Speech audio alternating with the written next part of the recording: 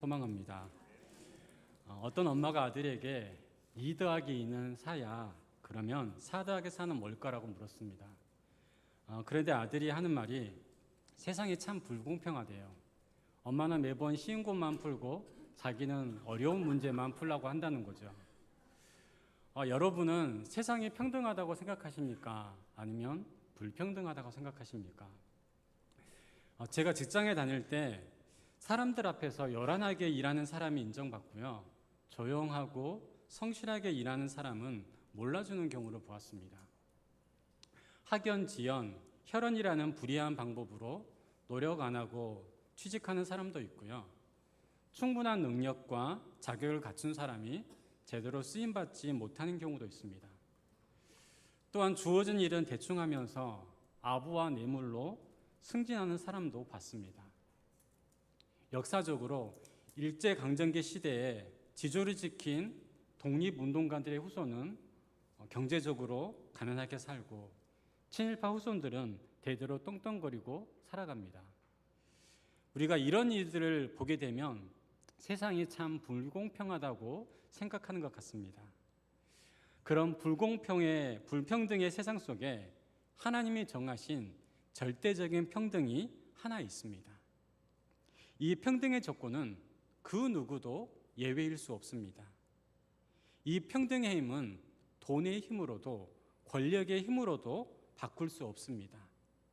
빈부, 인종, 나이, 성별에 관계없이 사람이라면 누구에게나 똑같이 부여하신 절대 평등입니다. 부자라고 굽신거리지 않고 가난하다고 봐주는 것도 없는 그런 평등입니다. 그것이 무엇인지 아시겠습니까? 이 땅에 태어난 사람은 누구나 죽는다는 것입니다. 자신이 남들보다 조금 많이 가졌다고, 남들보다 높은 위치에 있다고 다른 사람에게 함부로 하고 자기 마음대로 살았던 사람도 인생의 마지막 날엔 하나님 앞에서 심판을 받게 된다는 것입니다. 죽음은 모든 인류에게 허락하신 하나님의 절대 평등입니다. 믿음의 길을 걸어가는 우리가 진지하게 생각해 보아야 할 문제가 있습니다. 우리가 이 땅에서 영원히 살 수 없다는 것입니다. 지금의 시간은 절대로 되돌릴 수 없다는 사실입니다. 우리는 언젠가 죽습니다. 언젠가 하나님 앞에 서게 됩니다. 그렇다면 이제 우리의 실존적인 질문이 바로 여기에서부터 시작돼야 합니다. 언젠가 한 번은 하나님 앞에 서게 되는데, 영원히 이 땅에 살 수 없는 유한한 인생인데 어떻게 살아갈 것인가 하는 문제입니다. 한 번뿐인 소중한 인생에서 무엇을 남기고 떠나갈 것인가 하는 문제입니다. 불교의 윤회설을 믿는다면 한번 살아보고 실수하면 다시 살고 틀리면 지우고 다시 또 살아볼 수 있는 삶이라면 몇 번은 연습 삼아 살아볼 수도 있을 겁니다. 그러나 히브리서 9장 27절에서 하나님은 분명히 말씀하십니다. 한 번 죽는 것은 사람에게 정해진 것이요 그 후에는 심판이 있으리니. 우리 인생은 지울 수도 덧칠할 수도 없는, 다시 살 수도 없습니다. 인생의 기회가, 연습의 기회가 전혀 주어지지 않는 한 번뿐인 인생이란 것입니다. 영화 배우가 잘못하면 NG를 내고 다시 찍으면 되지만 우리 인생은 다시 찍을 수도 없습니다. 한 번뿐인 소중한 인생이기에 더욱 가치 있고 더욱 소중하게 살아야 하는 것입니다.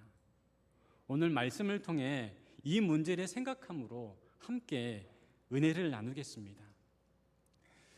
오늘 본문은 우리가 너무나 잘 알고 있는 달란트 비유에 대한 말씀입니다. 주인이 타국에 가면서 3명의 종을 불러서 각각 자본금을 맡겼습니다. 첫 번째 종에게는 5달란트, 두 번째 종에게는 2달란트, 세 번째 종에게는 1달란트를 맡겼습니다.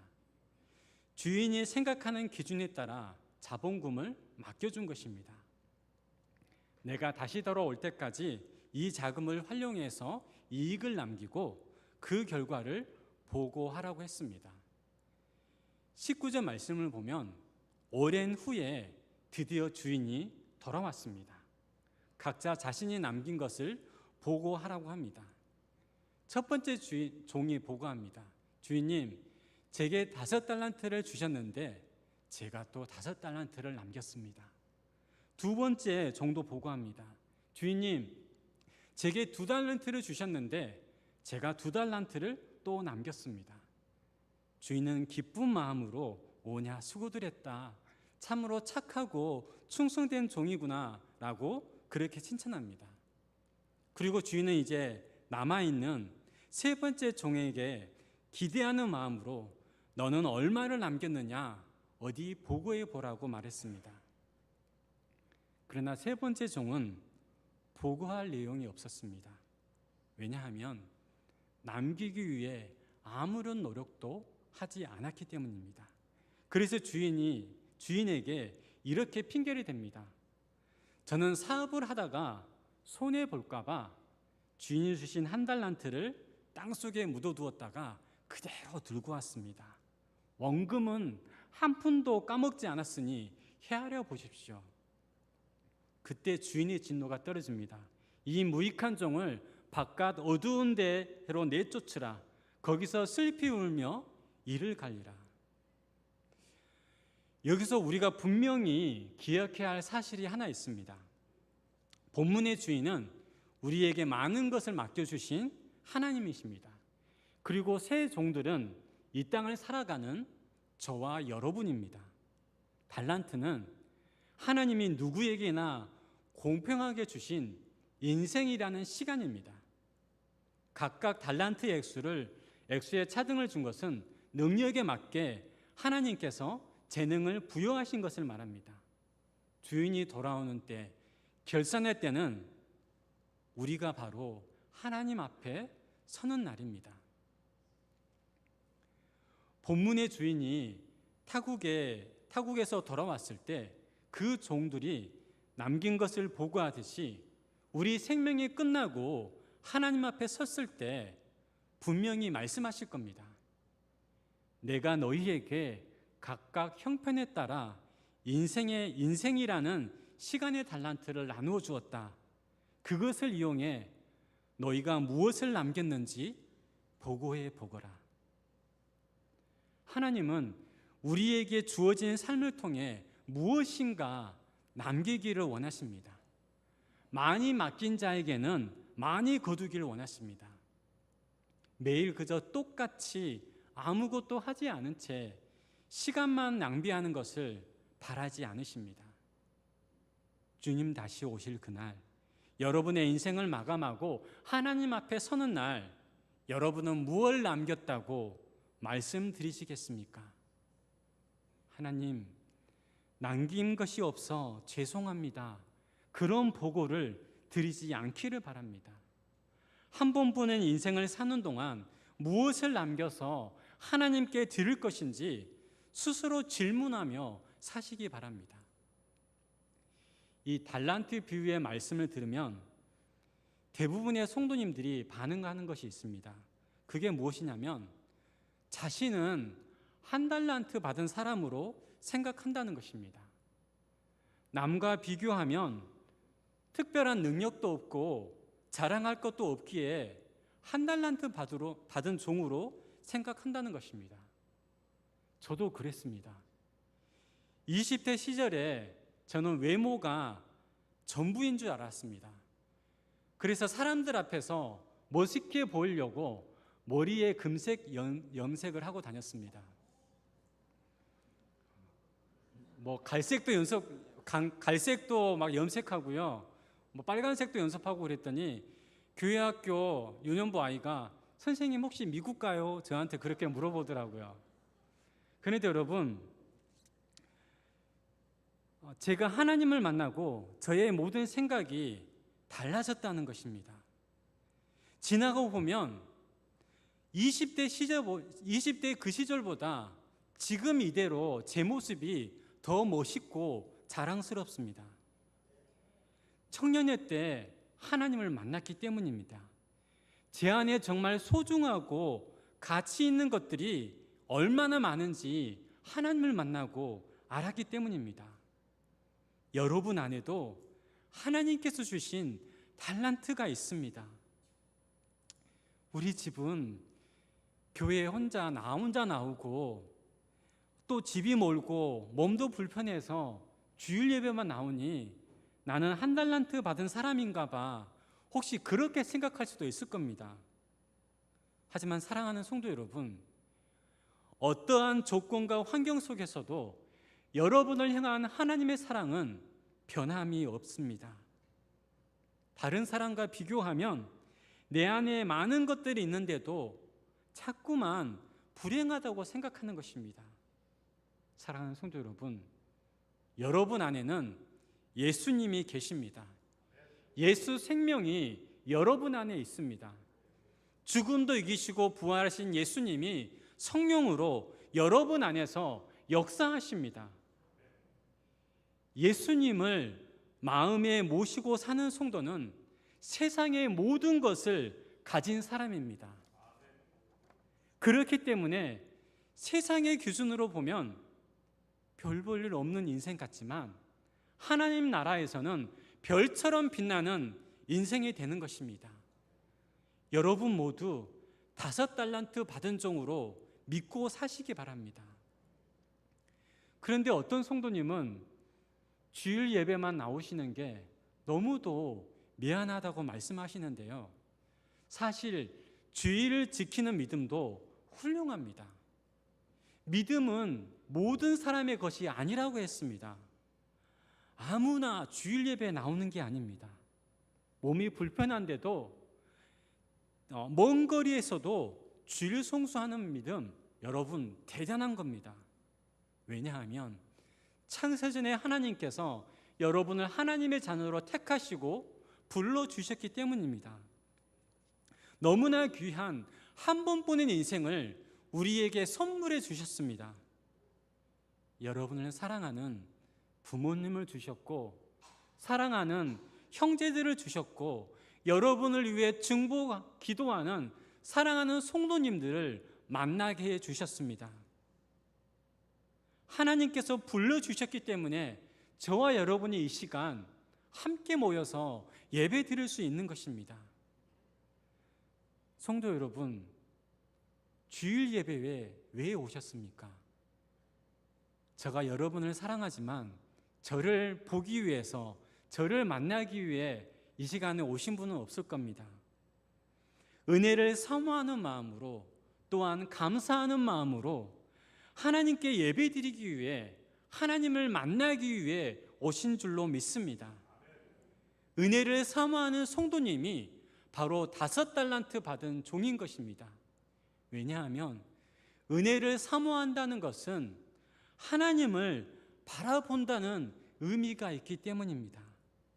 우리는 예배를 통해 하나님을 만나고 위로와 소망을 받는 그런 축복을 누리고 있습니다. 혹시 하나님께서 내게 주신 달란트를 모르겠다면 여러분 기도해 보십시오. 기도하면 분명히 깨닫게 해 주실 겁니다. 믿음이 금방 성장한다면 누구든지 신앙생활을 참 쉽게 할 수 있을 겁니다. 그래서 믿음에 인내가 필요한 것입니다. 그러니 너무 조바심 갖지 마십시오. 여러분 안에 믿음의 달란트, 사랑의 달란트, 섬김의 달란트가 있음을 믿으십시오. 비록 적은 믿음일지라도 하나님께서 분명히 꽃피우게 할 날이 다가올 것입니다. 우리 앞뒤 좌우에 있는 성도님들과 함께 한번 이렇게 인사해 보겠습니다. 우리는 5달란트 받은 종입니다. 우리는 5달란트 받은 종입니다.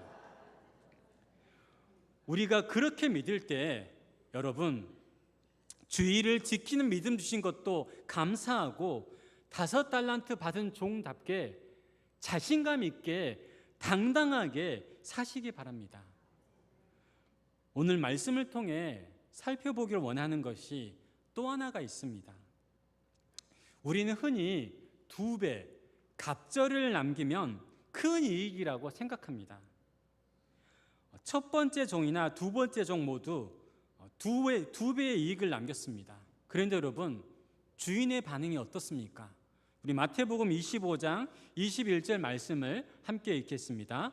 그 주인이 이르되 잘하였도다 착하고 충성된 종아, 내가 적은 일에 충성하였음에 내가 많은 것을 내게 맡기리니 내 주인의 즐거움에 참여할 자다 하고, 이 주인에게 있어서요 2배의 이익을 남긴 것은 큰 이익이 아닐 수도 있다는 겁니다. 10배 또는 20배 정도 남겨야 하는데 겨우 2배 정도면 큰 이익이 아니라는 것입니다. 그럼에도 불구하고 주인은 그 두 종들이 고맙고 대견해서 칭찬해 준 것입니다. 새번역 성경은 이렇게 말씀합니다. 그의 주인이 그에게 말하였다. 잘했다. 착하고 신실한 종아, 너가 적은 일에 신실하였으니 내가 많은 것을 내게 맡기겠다. 와서 주인과 함께 기쁨을 누려라. 오늘 본문 말씀이 우리에게 주는 중요한 메시지는 많이 남겨서 칭찬받은 것이 아니라 적은 일에 충성했기 때문에 칭찬받았다는 것입니다. 두 종이 완전했기 때문이 아니라 그 주인의 마음에 합했다는 뜻입니다. 하나님께서 우리에게 원하시는 것은 크고 위대해야만 되는 것이 아닙니다. 하나님은 열매뿐 아니라 과정도 중요하게 보십니다. 최선을 다한 그 아름다운 결과, 그것을 바라신다는 것입니다. 5달란트 받은 종은 1달란트 받았어도 충성했을 겁니다. 그 종의 마음에 감사가 있고 받은 은혜를 갚고자 했기 때문입니다. 저는 개인적으로 충성이라는 단어를 좋아합니다. 왜냐하면 제가 하나님 나라에 충성하고 싶기 때문입니다. 충성하는 종은 그 마음 중심에 항상 주인이 있었습니다. 다르게 말하면 항상 주인을 바라보았다는 것입니다. 주인이 자기 옆에 함께 있던 멀리 타국에 갔든 상관없이 주인을 생각하는 마음이 5달란트 받은 종과 2달란트 받은 종의 마음에 있었다는 것입니다. 바라기는 두 종처럼 여러분 마음 중심에 하나님을 바라보는 영의 눈이 있기를 소망합니다. 반면에 1달란트 받은 종은 5달란트 받았어도 똑같이 게을렸을 것입니다. 이 세 번째 종이 책망받은 이유는 많이 남기지 못해서가 아니라 남기려는 노력을 아예 하지 않았기 때문입니다.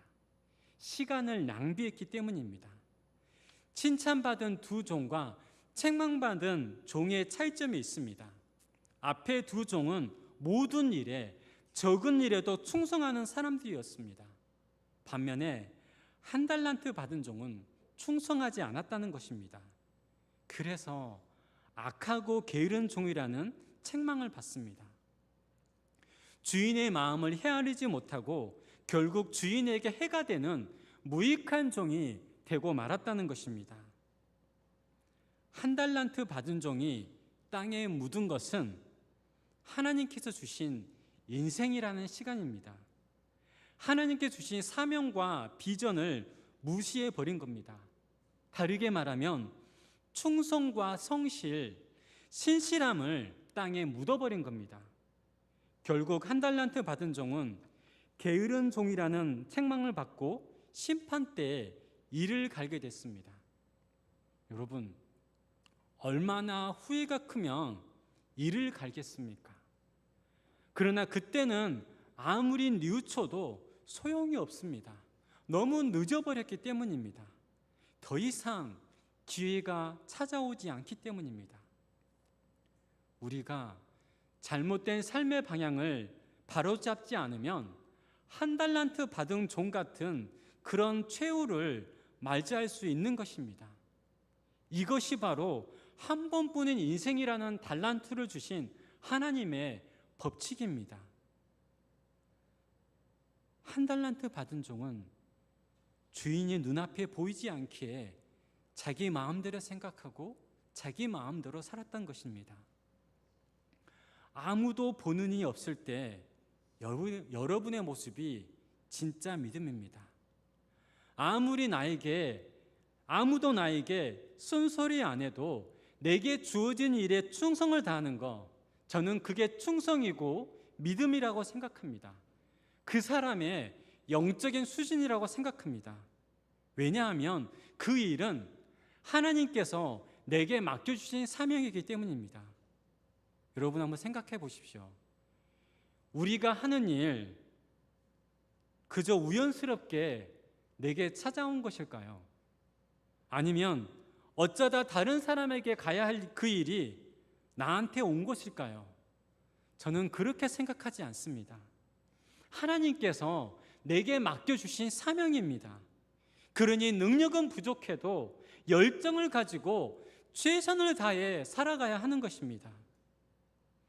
적은 일에 충성하는 성도가 바로 5달란트 받은 종인 것입니다. 적은 일 속에 위대함이 있습니다. 사실 큰일 하겠다고 돌아다니는 사람치고 제대로 된 사람 없습니다. 지금 내가 하는 일, 이 적은 일이니까 그냥 대충 하다가 큰일 맡겨주면 잘해야지, 그런 사람에게는 아예 기회가 주어지지 않는 것입니다. 적은 일에 최선을 다할 때 그것이 위대함으로 다가오는 것입니다. 신앙생활도 마찬가지입니다. 산을 옮길 만한 큰 믿음을 가지려 하기 전에 우리는 먼저 겸손히 주님 앞에 무릎 꿇고 기도해야 합니다. 하나님은 시대마다 사람을 쓰십니다. 시대마다 부르시는 사람이 있습니다. 그러나 하나님은 결코 게으른 자를 부르지 않습니다. 할 일이 너무도 많은데 함께 하고자 권면하는 동역자들의 소리를 못 들은 채 한다면 하나님은 그런 사람을 더 이상 사용할 수 없습니다. 사람들이 보기에 높은 자리에 있기에 하나님께 쓰임받는 것 같지만 결국은 한 달란트 받은 종처럼 인생을 낭비한다는 것입니다. 한 달란트 받은 사람의 특징은 아무런 열정과 의욕 없이 살아갑니다. 이런 사람은 나라의 지도자나 공동체의 리더가 되어서는 안 됩니다. 왜냐하면 자기 생각으로 가득 찬 사람은 자기 욕심과 자기 명예만을 위해 결정하기 때문입니다. 자신만 불행해지는 것이 아니라 다른 사람들도 불행하게 만들 뿐입니다. 하나님은 적은 일일지라도, 사람들이 몰라주는 일일지라도 최선을 다하는 사람을 더 크게 쓰십니다. 성도 여러분, 큰일 하겠다는 욕심을 버리십시오. 위대한 신앙인이 되겠다는 욕심도 버리십시오. 다만 적은 일에 하나님이 맡겨주신 내 그 일에 최선을 다하겠다고 마음을 가져보십시오. 한 방울의 물이 수많은 물이 되어서 바다를 이룬 것처럼 하나님은 적은 것을 통해 위대한 것을 남기고 가게 해 주실 것입니다. 하나님은 적은 일에 충성할 때 기뻐하시고 칭찬해 주시는 것입니다. 시편 123편 1절 2절 말씀을 함께 읽겠습니다. 하늘에 계시는 주여, 내가 눈을 들어 주께 향하나이다. 상전의 손을 바라보는 종들의 눈같이, 여주인의 손을 바라보는 종들의 눈같이 우리의 눈이 여호와 하나님을 바라보며 우리에게 은혜 베풀어 주시기를 기다리나이다. 아멘. 사랑하는 성도 여러분, 상전을 바라보는 종처럼 하나님을 바라보시고 사시기 바랍니다. 하나님을 바라볼 때 감사하며 살 수 있습니다. 믿음의 성장과 성숙은 하나님을 바라볼 때 가능한 것입니다. 그 시작이 바로 내 삶의 주인을 하나님으로 인정하는 것입니다. 그래야만 하나님의 뜻에 나의 모든 것을 바칠 수 있습니다. 교만한 사람은 하나님을 바라보지 않기에 하나님의 뜻을 이룰 수 없는 것입니다.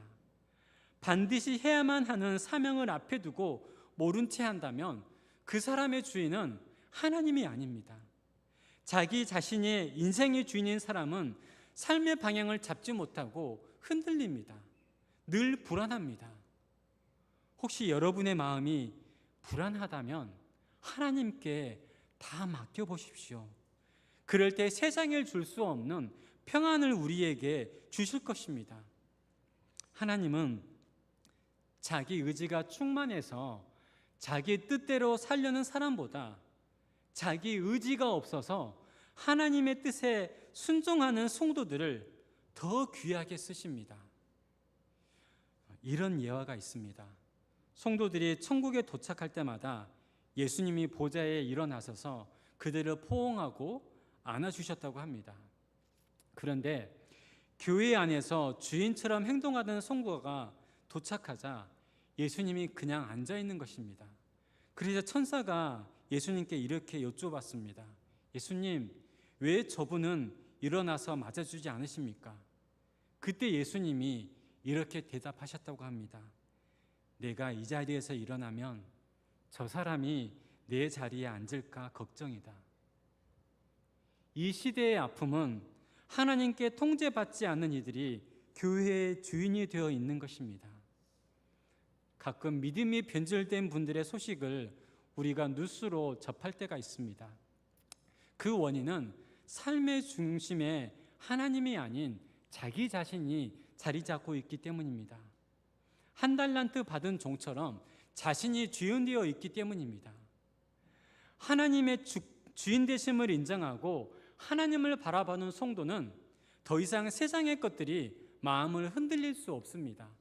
이 세상의 것들, 이 세상의 많은 문제가 나를 힘들게 하는 것이 아니라 나의 믿음 없음이 나를 힘들게 하는 것을 알기 때문입니다. 고통과 아픔과 어려움 속에서도 하나님만이 내 삶의 주인이심을 고백한다면 우리의 반응이 달라질 것입니다. 삶의 목적과 방향이 달라질 것입니다. 그럴 때 우리의 일상 속에서 하나님의 능력과 하나님의 임재와 하나님의 함께하심이 나타나게 되는 것입니다. 사랑하는 성도 여러분, 교회에서 어떤 직분을 받았느냐, 어떤 봉사를 하느냐가 중요한 게 아닙니다. 여러분의 삶의 주인을 누구로 모시고 살아가는가, 그것이 제일 중요합니다.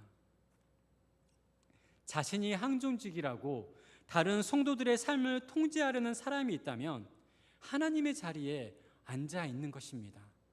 목회자일지라도 하나님을 주인으로 섬기지 못하면 성도들의 삶을 자신이 통제하는 그런 죄를 범할 수 있는 것입니다. 교회를 소란하게 하고 문제를 만드는 것은 하나님을 바라보지 않기 때문입니다. 그러니 아무런 열매도 어떠한 변화도 이끌지 못하는 것입니다. 자기 자신이 삶의 주인인 성도는 하나님 나라보다 이 땅의 것들로 가득 찰 수밖에 없습니다. 그러나 5달란트와 2달란트 받은 종 같은 마음으로 살아가는 성도들은 세상의 것에 더 이상 마음이 빼앗기지 않는다는 것입니다. 하나님을 주인으로 섬기려 하기에 하나님이 기뻐하시는 구별된 삶을 살아갑니다.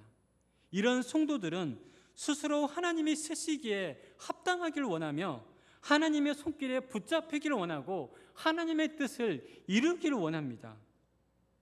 무엇보다 천국에서 하나님을 만나기를 기대하며 살아가기에 후회 없는 인생을 만드는 것입니다. 사랑하는 성도 여러분, 저와 여러분의 삶이 하나님의 통제 안에 있기를 바랍니다. 하나님의 손길 안에, 하나님의 말씀 안에 있기를 소망합니다. 여러분의 자녀들과 가정도 하나님께서 통제하고 이끄시기 바랍니다. 여러분의 직장과 사업장도 하나님이 통제하고 이끄시기 바랍니다. 교회와 이 나라도 하나님께서 통제하시고 이끄시도록 우리가 기도해야 합니다. 그럴 때 우리가 하나님과 가까워져서 하나님의 뜻을 이룰 수 있는 것입니다. 하나님의 주인 되심을 우리가 인정할 때 우리의 모든 것을 하나님이 통제해 주십니다. 하나님의 뜻에 순종하고 하나님을 나의 주인으로 섬기는 성도만이 진정한 성도라고 우리가 말할 수 있는 것입니다. 주님이 나의 주인이시며 주님이 우리 교회의 주인이시고 주님이 우리와 함께 하십니다. 삶의 모든 일에 예수님의 주인 되심을 고백하고 살아가십시오. 우리가 매일 그렇게 살아가면, 그렇게 고백하면 내 뜻이 아닌 하나님의 뜻에 순종할 수 있는 것입니다. 그것이 바로 나를 살리고 가정과 교회를 살리고 이 나라를 살리는 길일 것입니다. 그러면 이제 한 번뿐인 인생에서 무엇을 남기고 갈 것인가 생각해 보겠습니다. 오늘 본문의 두 종은 충성이라는 달란트를 남기고 갔습니다. 모세는 느보산에서 한 편의 설교를 남기고 갔습니다. 베드로와 야고보는 순교자의 신앙을 남기고 갔습니다. 그런가 하면 가룟 유다는 스승을 팔았다는 부끄러움을 남기고 갔습니다. 과연 여러분은 무엇을 남기고 가기를 원하십니까?